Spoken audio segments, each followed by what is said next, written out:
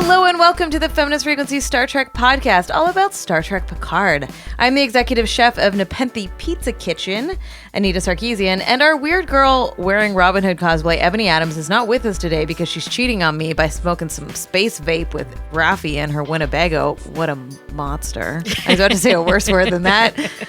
But in her place, we are super lucky to have our favorite writer, Laura Hudson. I'm happy to be back. Hello. We're so glad you're here. We are going to be chatting about episodes 6 and 7 of Star Trek Picard. And Lara, would you like to give us a very brief rundown of those two episodes? Sure. Episode 6, was it the puzzle box? The Impossible Box. Every time I mix that up. In the Impossible Box, Narek takes Soji on a Romulan meditation tour of her memories and learns the information about her homeworld that he wanted, at which point there's lots of running around and shooting. That's all I'm going to say about that. That comes without any judgment, obviously. Definitely not going to talk about that later. And in episode 7, Nepenthe, we get Picard and Soji visiting some old friends, the former Commander Riker and Counselor Troi, on a planet with their young daughter, where they get to take a little bit of a respite and contemplate their place in the universe. Well, doesn't that sound lovely? It is. All of Picard's friends have like the best chill retirements. You know, Raffi's got her like depression spiral in her Winnebago with her space vape.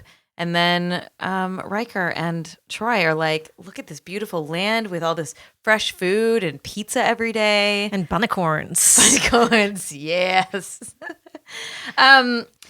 Okay, so I feel like a lot kind of happened in episode 6, in that like we've been waiting for Picard to meet Soji to get to the Borg cube.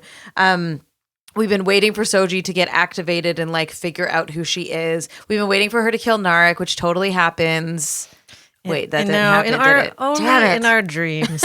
And you know, it looked for a moment like, why do I always intentionally forget her name? The terrible incest twin. Oh yeah, the eye fucking sister. Yes. I don't know her name either. It really looked like Elnor was going to kill her for a while, but then I realized that she couldn't, because main characters can't die in episode 6. Unless it's Game of Thrones, which they're clearly influenced by. Well, again, we learned all the wrong lessons from Game of Thrones. We did, didn't we? I'm glad that you are also bothered by the incest siblings.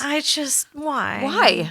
Why? You know, I watched another show recently where the female villain is just this hypersexualized, like, you know, I'm trying to think of a good word to describe like the mustache twirling equivalent of like the hypersexualized female villain, where they're mustache twirling, but they're like, you know, all like, you can see there's gyration going on. Yeah, it's like you can't see what I'm doing with my body. But there's gotta be a word. We gotta think of a good word for that trope, because like I keep seeing it still. I thought we moved on as a society from that, but we clearly haven't. And in otherwise like media landscape of like these shows that feels a little ridiculous. Like her character, I think, is one of the biggest sore thumbs in the spirit of the show, in the tone of the show, rather. Yeah, I feel like it's always this sort of femme fatale with a perpetually raised eyebrow who's like, you know, just kind of this pair of hips going ba-boom, ba-boom, ba-boom. I mean, here's the thing about it. She doesn't really have a personality. People like that, I mean, this actually makes them sound better than they are, but it's almost like they exist as this elemental force, as this elemental evil. Like, at least with Narek, right? Like, we get some flashes of empathy, or the fact that he might have interiority, different types of feelings about different things. I don't think we get any of that from Narissa. Yeah, and like, I guess there isn't space for that. And that's okay, right? We can't have like robust interiority in every character. Although I think that they could be more creative with it. Like the interactions between them as siblings, they could throw a line in here or there, right? Well, but like, why is her performance so sexualized and like seductive villainy. Like, I just don't get that choice. Yeah, I mean, that's what she's there to do. I mean, so when you have characters and you're writing characters, I mean, you always want to know what they want. And I think we have a sense of what Narissa wants. She wants to do whatever the Tal Shiar wants them to do with Soji. But my follow-up question to that would be why? Why? Like, why does the Tal Shiar want to do it? Or why does she want to do it? Is she extraordinarily patriotic? Does she have some sort of issues about synthetic life? Like, what? I want one more layer. Like, I get that you want a tiny thing, little baby layer, and that's always the first step, is wanting something, and the second thing is knowing why. And I think even that small of a step would give her a little more depth and interiority than, you know, the one-dimensional character that I feel like she is now. Yeah. And you know, Ebony had discussed this with us before, but she does chew the hell out of that scenery. Just chomp, chomp, chomp, chomp, chomp, chomp, chomp. And I could see how Ebony enjoyed that. I can see why that's enjoyable. Right. This is an important update that our listeners have not gotten, that Ebony is like coming into liking her, which I am horrified by. So Ebony's wrong, and I'm just going to say that because she's not here right now. It's true. It's true. And you're totally right, because you're kind of like, oh, so she's going to kill, she's just really bloodthirsty and wants to kill everyone in her way. And I'm just like, you know, she's like going after Hugh and making up this elaborate, like, well, we've been spying on you and you said the magic words, so now we can murder you. And it's not an act of war or whatever. And you're like, but what did he do to you? You know what I mean? Like, it's just... Also, because she was like, well, our agreement with the Federation prevents us from blah, blah, blah. And I'm like, you're in the hidden catacombs of like a weird Borg cube that you rule with an iron fist.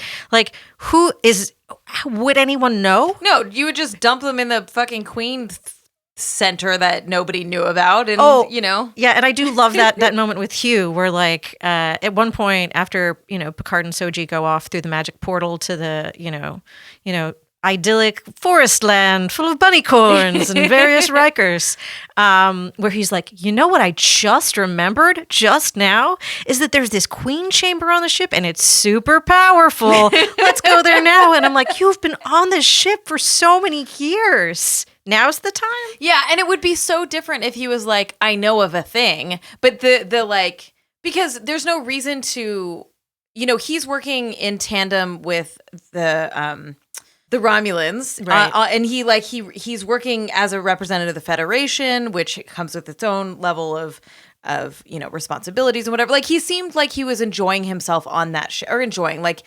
productive, valued, helping to support the XBs and stuff. So it would make sense that he would hide that information from them, but like still try to maintain the work that is being done there, you know, especially as he spent they spent a moment telling Picard how good the work is that's happening and why it's so important.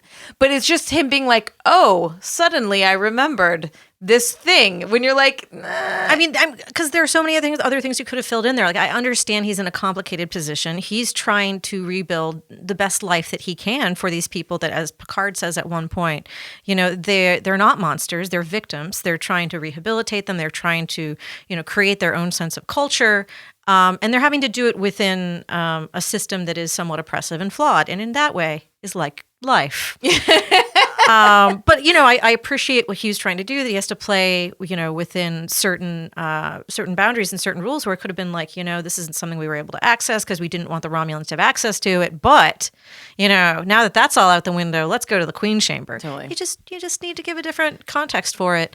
And how did you, you know, obviously I think spoilers not an issue since we're talking about what happened, but how did you feel about the death of Hugh? Because I was kind of hyped up for the idea that the Borg were going to retake this cube and make it, you know, for the Borg by the Borg, but not in the assimilating everyone and destroying the universe kind of way. But in a good way. Right. As a rising up of an oppressed class. Right. Yeah, and I think that it was really disappointing because the way that they set it up is that Elnor is going to take on this lost cause as his, you know, mission in life. So he was going to do the work that Hugh was trying to do by liberating the XBs and liberating the cube and all of that kind of stuff. And so, like, there's obviously going to be more that happens there, but it's really frustrating that it's like, while it's nice that Elnor represents a different type of Romulan. It's not a monolith.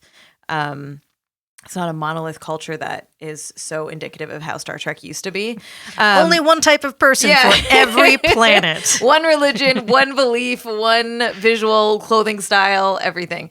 But it's frustrating because it's like, well, so now it's the Romulans taking on the Romulans in some way, and the Borg don't get a say in their own freedom and liberation. That's how it feels. Yeah, it's very like, the last Borg samurai, where it's like we need the guy from the total other Maybe culture. he'll introduce top knots to all of them. I mean I love his aesthetic. His Do whole you thing. really? I have so very bad taste in men, Anita. You know this about me. I do know this about you. Not to get too personal. No, That's but a different it's podcast. real. It's so true. But we talked previously about how like that was such a choice. Like it was straight up samurai, like instead of anything else or any other combination of things. It was just that was a choice. I also thought, I like the idea that there was this female warrior nun order. It would have been even cooler if we'd seen any of them fight. Yep. And also, I was like, none of them dressed this way. So why is he dressed this way? And there's something about, too, like, there's this all-female order and we get the one dude. So the idea is that, like, he's an outsider and has nowhere else to go and can't be a part of this. So he's a part of the, like, motley crew, right? Like, the ragtag bunch of people that Picard is bringing together because he has no one else. So that makes sense. But I was kind of like, but you set up this really fucking cool thing, and then you're like, here's another dude. Yeah, sometimes. Well, okay, I don't think this is exactly the same, but tell me if it has the same energy to you as in Star Trek Discovery when they were like, a female captain. And then they were like, just kidding. She's dead. Here's another dude. Yep. Where I'm like, and then another dude. And to, hey, you all know that Captain Pike is my husband. We got married officially. Ebony was the officiant. There's a documentation of this. It was a beautiful ceremony. Yeah, it was wonderful. But yeah, I was so annoyed that they just replaced one white dude with another white dude on the show, even though I liked Pike on the show. I feel like they could have done more because, okay, let's think about, my mind goes back to Worf and all his, the botlet and the whole thing where, obviously there are some allusions, if you will, to various different cultures, but it always felt like its own thing.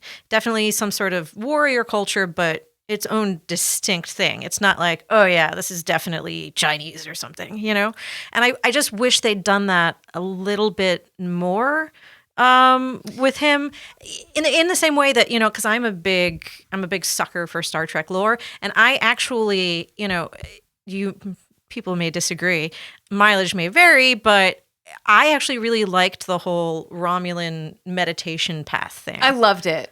I actually really liked that. I really like that we're getting pieces of Romulan culture. That we're getting these little bits here and there in terms of like the mythologies that are prevalent within this society. The thing about the true names is another cultural thing that I think they just made up for the show. For Picard. I don't think that existed in the lore previously, but it might have. I don't know. Whatever. I know nothing. It about did if Star you've Trek. watched the musical Cats. But Oh fuck! I did not. Although I know people who have seen it like 7 times. So that's the movie. Uh-huh. Oh, it's an experience. I'm sure. But so there's this whole thing with so we'll get to that meditation, but I think that related is I like the mythology, and unfortunately it's coming mostly from Narek, which I hope an asteroid hits his goddamn ship. But there was this idea about the names and the names that you carry, that you share to the public, that you share with your family, and that you share to your lover ultimately. And one, I think that idea of like the one true love knows your real name is stupid. Like, every teenager. Well, because that's the thing is every teenager in the world, if you can only tell your one true love, is going to use it up when they're 13. Totally. And then they'll be done. But there is something interesting about the concept of, it's a metaphor for the fact that we are different with different people and that we share different levels of intimacy or whatever. Well, so it's I think, it's that psychological concept of persona that we all have ideally we're healthy people, an integrated core of our identity. But, we're different when we talk to our parents or to our coworkers or to our partners or to our close friends, right? They're all different iterations of ourselves, but, again, ideally, one coherent person. And the idea of giving different names to that, I think, is really interesting. Yeah, absolutely. Someone once described it to me as a diamond, like, because you're a multifaceted, right? There's different faces, but it's still one object or whatever. So anyways, the meditation, I think, is another example of some really cool culture building for the Romulans, that this is a piece of their experience and how they navigate mental health and, meditation and stuff like that. Yeah, I mean, it's funny. Like, I always used to kind of lock on to certain cultures. Like, there was a time I went back through Deep Space Nine and I did nothing but watch episodes about the Cardassian homeworld.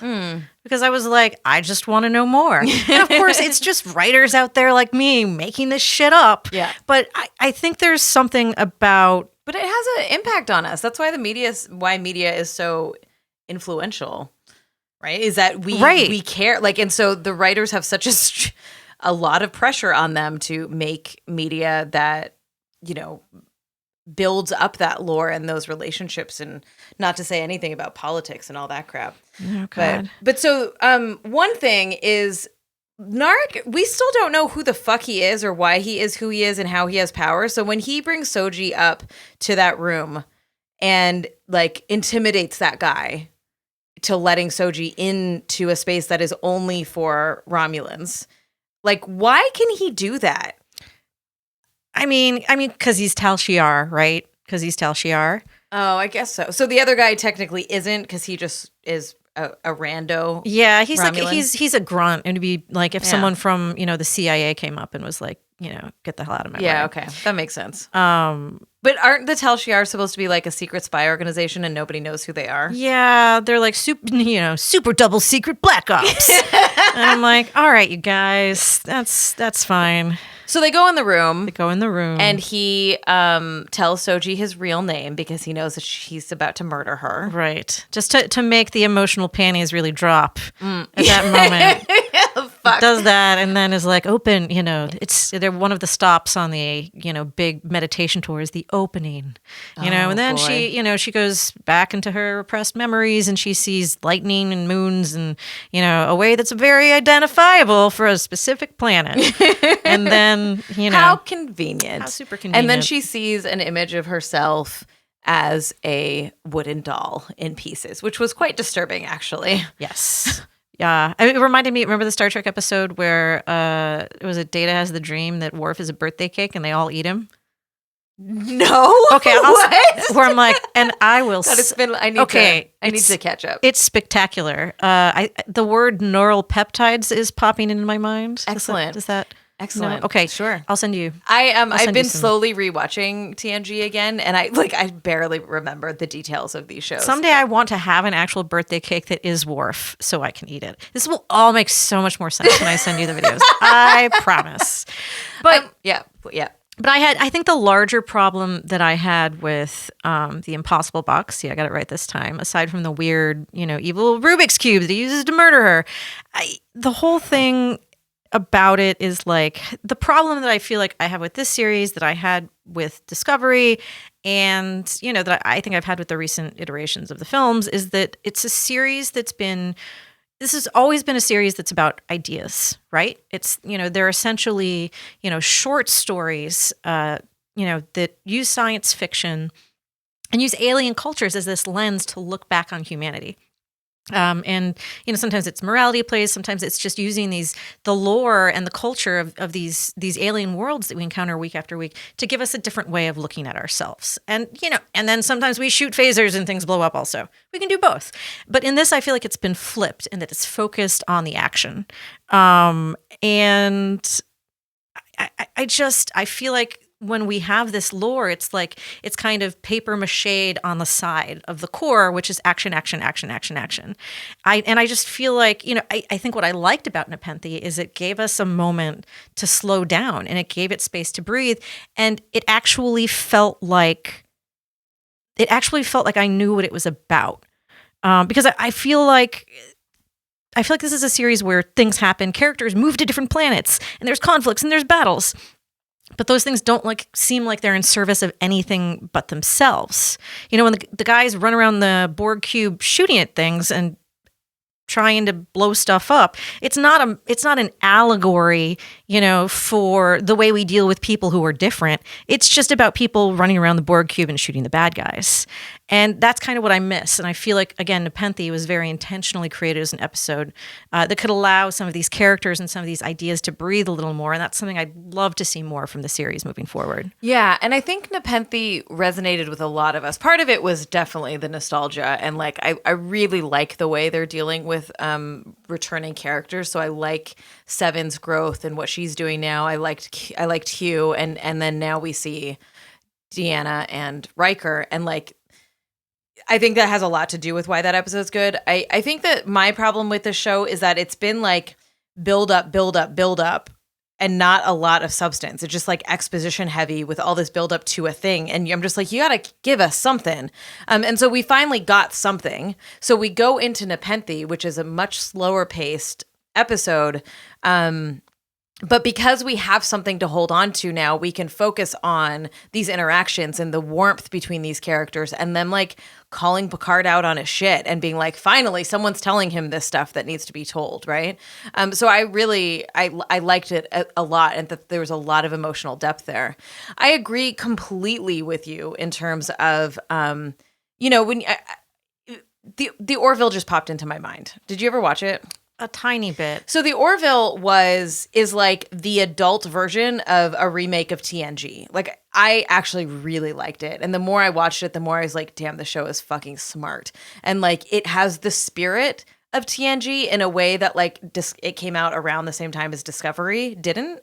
And so Star Trek is moving into these big arcs as opposed to individual episodes, and the Orville is doing the individual episode thing. That's right? What I want. Yeah, and I don't think Star Trek is going to give us that anymore. I think that Star Trek has moved on past that type of storytelling, partly because I think audiences are premium programming now is not episodic. It is a big story arc, right? There aren't a lot of shows that we can point to that are big, heavy dramas that are like contained 45-minute episodes that aren't leading up to a larger story arc. There's a couple different ways to look at that, though. So I think you could look at something like Mad Men.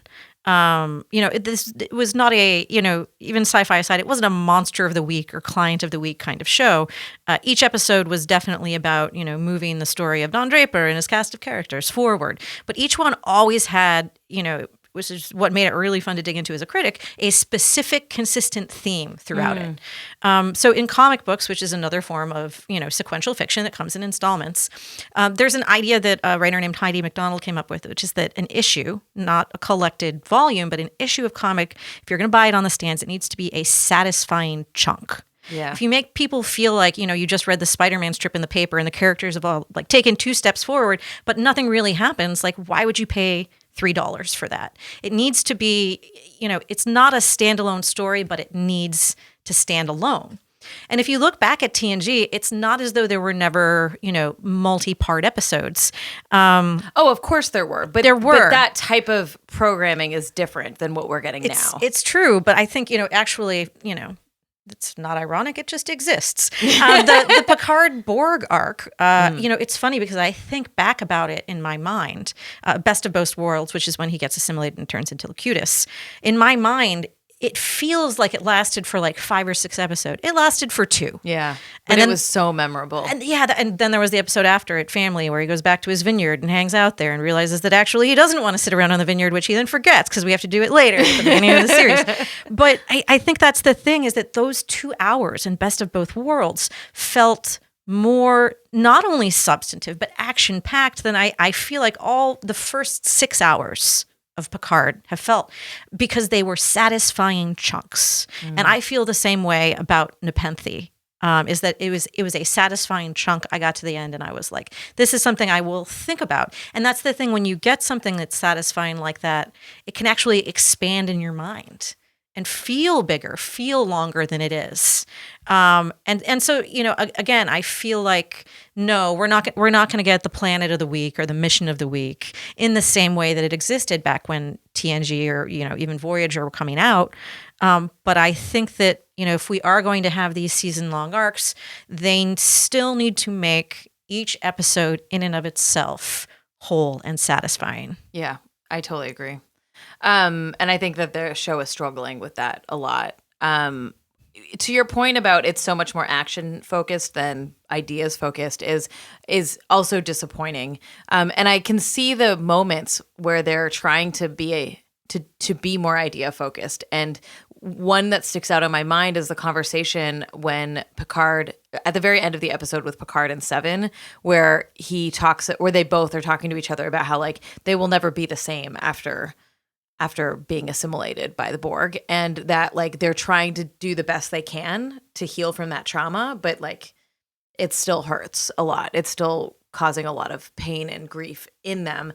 And that you also get the sense that they don't talk about it and they don't have people to talk to about it. Like that, it was like, what, 15 seconds, 30 seconds, a minute? Like it was such a small piece that I'm like, I want that conversation. That feels like Star Trek to me. That feels like more substantive in a lot of ways. And it was just kind of floating and in passing.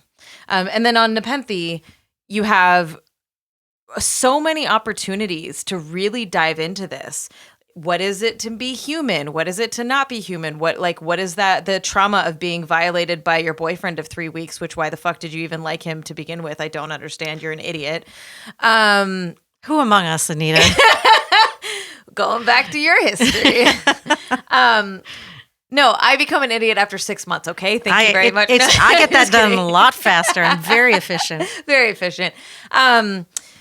So you get this communication between the daughter and talking about Data and talking about Picard and talking about the Enterprise and like bonding with Soji, but you never have fucking Picard do it. Which is weird because, he usually is so empathetic. That was the role that he always played, was the sort of intermediary. He was the great diplomat. Someone who can certainly understand trauma. There's that weird point in the garden where he comes in and, she's obviously struggling with the fact that, she doesn't know what's real anymore. She doesn't know who to trust. And I don't know what he said, but it was something really dismissive. And then it was so dismissive. It was very out of character and very weird.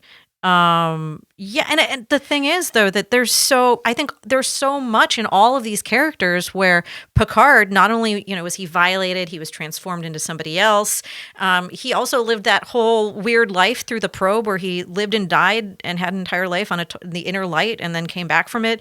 Riker had that episode where he was kidnapped by Romulans and then put into 4 Inception layers of holodeck where he, thought it was the future and he was the captain of the Enterprise and had a wife and a son and really bought into it. And then, ended up breaking out of that and then realized that reality was fake and breaking out of that and that reality was fake. There are a lot of people here with a lot of experience in trauma and illusion and betrayal and not knowing what to trust. And yet Soji somehow doesn't find a lot of purchase there with, people who can understand her, except for this, random little girl.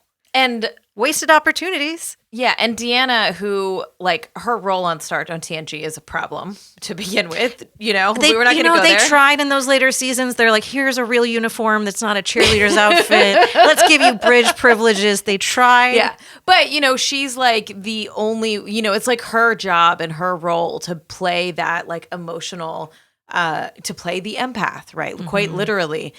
I think what they're trying to do is say that Picard is changed. He is suffering from a degenerative disorder of some sort, that he just doesn't have the same emotional capacity that he used to have.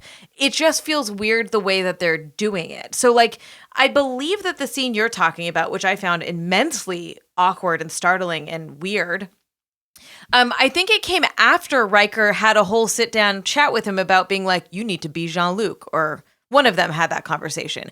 And so then they're around the dinner table, and they're like, all right, this is the moment. He's going to tell the story to everyone. He's going to really bond with her to make her feel welcome and validated in her experiences and all that shit. And he just says, I'm kind of bored, and so I'm not going to give up on this, so you should trust me. Yeah. And I was like, what in the fuck? Like, there are so many moments on this show where well, not so many, but there's increasingly moments on the show where I'm just like, oh, this is a joke, and then realize it's not. So, like, was that them trying to show that Picard sucks at being connected and empathetic and sympathetic with people and compassionate? Or, like, was that the writer's attempt to show him be compassionate? Yeah, I feel like this is something that you run into occasionally in television series where you can't tell if a character is doing something that is a joke or a deception, or if the writing's bad. And it's when you're in that liminal space where you're like, is the writing bad? Yeah. So, okay, I felt this way with, I felt this way in two moments. I think, no, they're across these two episodes. So, Girardi and my Hottie McHotterson, what is his name? Rios. Mm-hmm. When she goes up to him and they kiss, I was like, oh, this is so out of left field. There's no chemistry here. This must be a fantasy. Like, she's struggling, whatever. It's got to be a fantasy of some sort. And then it's going to cut to her, like, waking up or something. And I was like, oh, no, that this happened. This was they've real. always sort of played her as this, emotionally immature, kind of young woman in that sense, who's very smart but socially not very adept. So, you almost get that sense in her room, like she could have like a poster of Rios up there or something, So yeah, I totally would have bought like, oh, she has the fantasy and then wakes up next to a stuffed animal or some shit. Well, and Ebony brought up, for this scene in particular though, after she proceeded to make fun of me for my crush on Rios, she brought up the fact that there was really good consent modeling. So she was like, she says something fucking stupid. Whoever wrote this, you should feel ashamed. Sorry, that's mean. But still, I know too many writers now that I'm just like, I'm sorry that I make fun of you all. She said something like, I know when I have a superpower. I know when I'm making a mistake. And I was like, oh my God. And so Rios was like, okay, cool. And backs off. And then she's like, no, really, let's go fuck. And he was like, okay, cool. And so that was a really nice consent modeling of like, he didn't push, he didn't whatever. Yeah, he wasn't, he wasn't angry. No. He wasn't petty or angry or complaining about blue balls. And he also didn't, try to push through. Yeah, totally. So that was nice, even though I hated all of that. The other scene that I felt like jarring with is with both of them as well, where Rios goes up to Girardi and says, hey, I think that Rafi actually has a tracking device in her. I think that it's her because, like, she left and then she came back and then she hid and we don't know what's going on. And that whole time I was like, oh, he's playing her. Like, he's playing her to get her to say something. And I was like, oh no, he's being sincere. He's confiding in this woman that he doesn't know at all. That was completely unvetted, that they remark upon that at the time, that Picard pulls out of nowhere who they know has worked intimately with the government and with Starfleet. And he's like, no, it's this woman I've known forever. She's the problem here. Yeah, I thought, again, there are a lot of weird notes. Yes. And that isn't at all to say that the whole show is trash or that all of the writing is bad, but there's just these moments that I'm like, this doesn't feel right. Like it didn't work. And I'm very confused by them. I try to yada, yada, yada through them in my mind where I'm like, okay, yeah. And yada, yada, yada. And then Troi says something very touching about what it means to get older and the fact that she's not as brave as she used to be. And, Picard remarks that, means you're getting wiser or something to that effect. I loved that. I love that. And, I don't, it's not that I want them to be the same characters that they were in TNG because there is something to that. That's, aside from, the bangability quotient, that's a huge part of why, casts and pilots tend to be young and hot and energetic, because there is that sense, that, we're in the prime of our lives and we're going out to take on the universe. And that, that's part of why, Picard goes out and seeks out, why do I always forget his name? Elnor. And again, I think with Picard, I like that he's a little frail.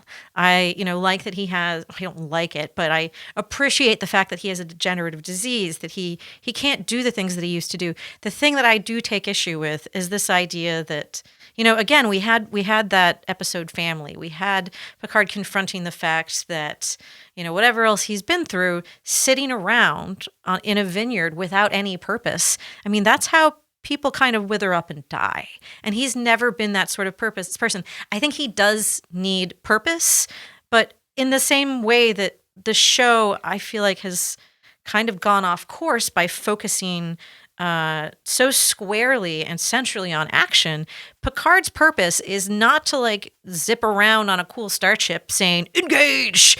He has always been a person that is called to and calls for from others this higher sense of morality and purpose. Whether it's seeking out new life and new civilizations, or whether it's uplifting an oppressed minority like the XBs, or I don't know what else is he doing. It's saving Soji and talking about the value and importance of synthetic life. Those are things that I can see motivating Picard. Not boredom and not wanting to be bored. Yeah. Get a game and console. Also, that's not the rallying cry. He, as someone who was a leader for so long, you know what I mean? That was so. We need to talk about the Vulcan mind meld willy-nilly bullshit.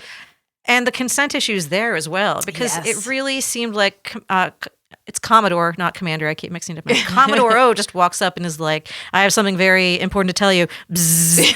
she's airdropping these memories into her brain, and she didn't even ask. And also, are they memories? And also, okay, the mind meld is supposed to be historically this intimate thing where you're now connected forever. And so you have to be careful about who you do it with because you're sharing back and forth. It's not just a one-way thing like you just described, right? Historically. Yeah. And I feel like as Star Trek has progressed, they've sort of dropped all that because this is not the first time that we've complained about the mind meld just being whatever. And then also, it was this vision of apocalypse where she puked and then was like, I will do anything you want, including murdering my lover. And chewing this fucking Flintstone tablet. And it's frustrating because what? Oh, yeah, we're chomp, chomp, chomp, part of a complete breakfast. And, the thing about the mind meld is, you remember back when they had that whole, back when Leonard Nimoy, rest in peace, was still around, and he and, Spock and Picard did that mind meld. I believe, was it Spock? It might have been. Doesn't matter. It was a very touching moment between some people. But that was part of the thing. It's we're always going to be part of each other. And it's this undertaking that it's almost a marriage of sorts, that you leave your imprint on someone.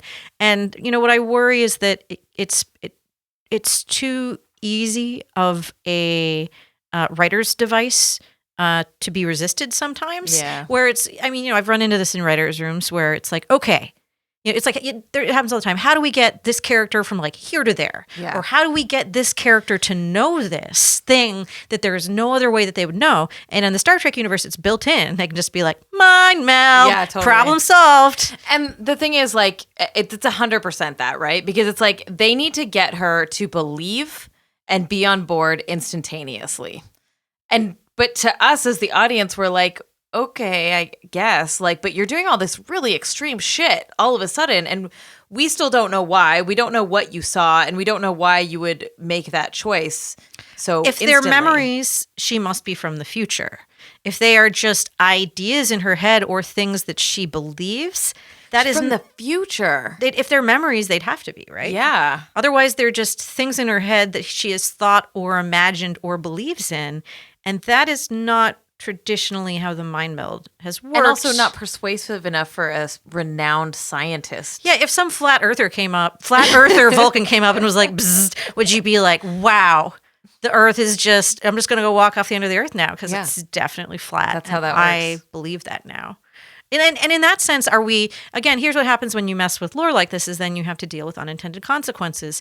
Is this brainwashing? Did she get Manchurian candidated? Right? Where I'm like, because that comes with a whole host of other ethical problems is, the ability to invade someone's mind and implant false memories. That's, again, something that has a whole host of other both ethical and, logical concerns. Yeah. Which, cool, interesting. If you're gonna do that, but there's only 3 episodes left, so it's unlikely that's the interesting thing about Picard is that it has both felt too fast and too slow. Yeah. Where again, they feel like they've blown by, but at the same time, I feel like again, we didn't have that satisfying chunk in each episode, and we were waiting so long for things to happen. I'm like, look, go fast on the things where we want them to happen, then we can have more things happen, which is exciting. But again, each one needs to be satisfying. So episode 7, though, again, I did feel like it worked for me. I loved the way that they explored the loss of Riker and Troi child's Thad. Yes, we should totally talk about that. Who did not exist prior to this. I believe it's a Michael Chabon creation. Who, and they weave it back into the central narrative of the story because he died of a rare disease that could have been cured if they'd had access to the positronic android technology that had been outlawed because of the whole synth blowing everything up thing. And so we learned that he was, this really creative boy that, kind of a linguistic genius of sorts who invented all of these fictional cultures and, Tolkien style also invented fully functional languages to go with them. So you have Marpanthi, the languages of the witches of the southern ice, and Palpla, which sounds Klingon, but it's the language of butterflies that has no words, only wing beats. And when you listen to Troi talking about it, the affection in her voice, it felt like the way that so much of Star Trek cultural lore feels, except that for Thad, this was like a culture of 1, or for the family learned the languages too. It was a culture of 4, which is kind of like what a family is. But the reason that I like it, the reason it feels like Star Trek lore to me is that those traditions tell us so much about who he was as a person and who he was to them, even though he's gone, and what this family was like before and what they're like now. Like it gives these fictional worlds, these fictional languages that he created, give us this lens to look at these humans and at humanity in a way. Like it was so beautiful and human. And I feel like that's always been the story of Star Trek to me, is the way that fictional cultures and fictional peoples can give us a way of looking at people in the life that we live in a way that is much more resonant. Yeah, totally. And on a smaller scale, I think you may have brought this up in a previous conversation, but that we know so much about, we have such a strong conception of who Thad was and is, right, as a character. And so I'm like, then how are you failing so badly at I fucking sister? You know what I mean? Like there's the show does poorly in building character for some of the characters when this one person who we will never meet and doesn't exist, we're just like, wow, I feel like we know this kid, I think it would be fair to say that Star Trek Picard is uneven. Yeah, I think that's because it's trying to serve different masters, and I have no idea what's going on behind the scenes. I feel like sometimes I will say that Star Trek Picard feels way more coherent and solid and interesting in comparison to the first season of Discovery. Oh, and that's by leaps and bounds for me, at least. Yes. So they get some grading on a curve from me for that reason. Well, and I don't know if you've gone back and watched the first season of TNG before. Recently. I'm currently doing that right now. Okay, because it is janky as hell. Yeah. The pilot, the thing where, everyone's eye fucking for some reason, and then like Picard's super mean to everyone and you don't know asshole. Why. Yeah. I mean, it's it's something you kind of notice in pilots more because they have to establish all the stupid romances and, all of these character notes that, these characters evolve as the writers get to know them better, as the audiences get to know them better, as they grow through different storylines, which is natural and good and what makes them come alive. But then you go back to the pilot, and everyone's in super broad strokes and has weird character traits that like kind of fell away later. So I'm hoping for Picard that this first season is one where they can get some of that unevenness out and they can get, a clearer sense of what they're about. Because again, I feel like they're trying to serve too many different masters and do too many different things at once. I know which things I prefer. Right. But I'm hoping that by season 2, that's going to even out. And we're going to, again, get those satisfying chunks, get, those ideas at the core that make it feel like it means something, and then still, of course, have that action and momentum that moves the story along and keeps it exciting. Yeah. Yeah, totally. All right. Well, with that, we don't have a hair report this week. I actually asked Ebony and she has nothing to report. So she's failing in her duties in addition to not being here. But why don't we rate these episodes? What should we rate them? What should our scale be this week? Well, I think, you mentioned the Nepenthe Pizza Kitchen. The Pizza Kitchen. So why don't we rate them out of bunnycorn pizzas? Bunnycorn pizza. I really want to try one of those bunnycorn pizzas. See, the thing is, I'm glad they didn't show us the bunnycorn because I feel like they're going to be too cute. Because it has bunny in the name. Oh, no, wait. She brought home the carcass. A little bit, yeah. And then they make the joke about, did you take out the poison sack? And then she's like, no, I wanted everyone to get sick. That was a really cute exchange. Yes. I also feel like she's a little bit too young to be their daughter, but that's a whole nother thing. Anyways, okay. Bunnycorn pizzas. I'm going to rate... Oh, do you want to go first? No, you, please. I'm going to rate them separately. Okay. I would say The Impossible Box, episode 6. I'm going to give it 2 bunnycorn pizzas. Again, I feel like it was emblematic of a lot of the issues that I have. Not a satisfying chunk. No idea what the episode, was quote unquote about or what it meant beyond, I don't know, let's move the characters to a different place and some stuff happened. And Nepenthe, I would give... if I were grading on a curve, I feel like I'd give it 4 Picard, 4.5 stars. But if I'm being honest about this as an hour of television, I would say 3.5 stars, which is still pretty strong and gives me hope for the future, just like Captain Picard. Used to. Listen, he is alive in my heart and I believe in him. So I'm sticking around. I have the same score as you, even with the 4 and the lower and the da-da-da. Like, Nepenthe was a really heartwarming episode, but in terms of, like, all TV ever, this grading scales are stupid. But I'm going to I would have given episode 6 a 3, but I'm giving it a 2 because I fucking hate Narek and I want to get rid of him, and also Girardi fucking my boyfriend. So... Drop it. Ratings are personal, Anita. They're personal. I'm just saying. He wouldn't. Are you hot for the? No. Okay. Do you want to finish the question? No, I mean, you know what I was going to say. The hospitality. No, it's the like. I realize that these are all very patriarchal conceptions of masculinity that I am attracted to in Rios, who's not a real human, nor would I actually date him if he was a real human. Mm-hmm. But in terms of the fantasy land, like, it's the sort of like, tortured, scruffy, darker featured dude. Yeah, no, he's the Han Solo-ish rogue. I know. It's just shut up. Who doesn't like a rogue? Who doesn't like a rogue? I'm just saying, whatever. I recognize my problems in this regard.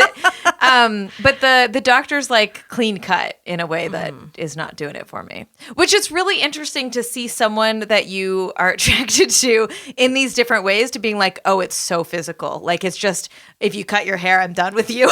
See, I want a guy who's sort of like the hospitality hologram in the streets and Rios in the sheets. That's what I would like from my perfect man. Oh. Have you ever dated someone where when they, or a man or someone with facial hair, where when they shave, you're just like, what happened to you?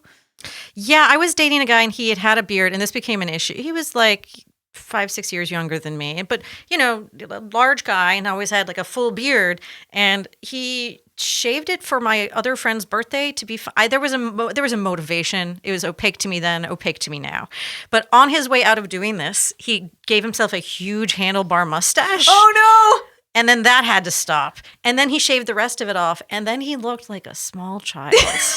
And it was very upsetting to me, especially because he was a bit younger than me. And I was just like, this will not stand. That's so funny. I do not want to feel the way I feel when it's like this. Totally. I feel like there's something really cool about facial hair because it's like an instant change of your appearance, and you can do it in like a couple of days for the people who can actually grow beards.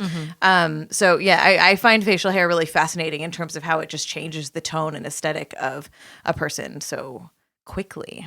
Yeah, and in your case, it kind of made you feel a little like a cradle robber. I did not like it. All right. Well, that's it, because we are not going to turn this podcast into the Laura and Anita dating show. It's a dark journey. If folks want to find out more about you and your work, where might they do that? I'm on Twitter at Laura_Hudson, LAURA_HUDSON. If you would like to peruse some of my journalistic work, it's laurahudson.me. And I write things creatively and journalistically for money. So what I'm saying is I can be bought. Excellent. That is a great pitch.